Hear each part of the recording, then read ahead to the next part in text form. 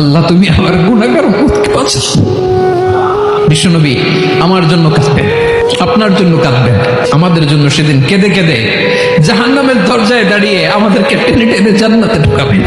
কিয়ামতের ময়দানে ওই বিভীষিকাময় সময়ে মুসিবতের কালে মানুষগুলো পাগল হয়ে বিশ্বনবীকে খুঁজতে আরম্ভ করবে। সবাই মিলে বিশ্বনবীর কাছে যেয়ে বলবে, ইয়া রাহমাতাল লিল আলামিন, ইয়া খাতামান নবীন, রাহমাতাল লিল আলামিন।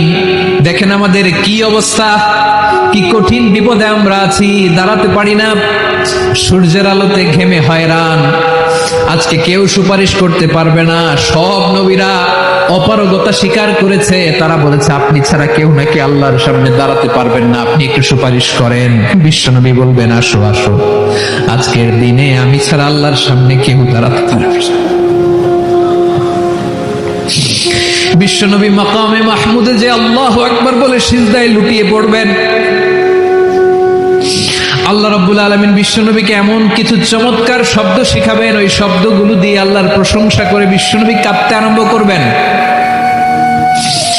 বিশ্বনবী এমন ভাবে অজর দ্বারায় সিজদায় লুটিয়ে পড়ে কাঁদবেন, রব্বুল আলামিনের রহমতের দরিয়ায় জোশ লেগে যাবে।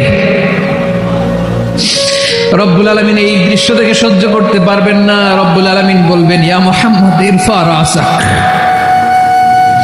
ও নবী আপনি মাথা তোলেন, মাথা তোলেন, আপনার কান্না আমি সহ্য করতে পারি না। নবী আপনি মাথা তোলেন, সাল তুতা, আজকে আপনি যা চাবেন তাই দেন। নবী আপনি সিজদা থেকে মাথা তুলেন, সাল তুতা, যা চাবেন তাই দেব। ওয়াশফা তুশাফা, যার জন্য সুপারিশ করবেন তার সুপারিশ কবুল করে নেব।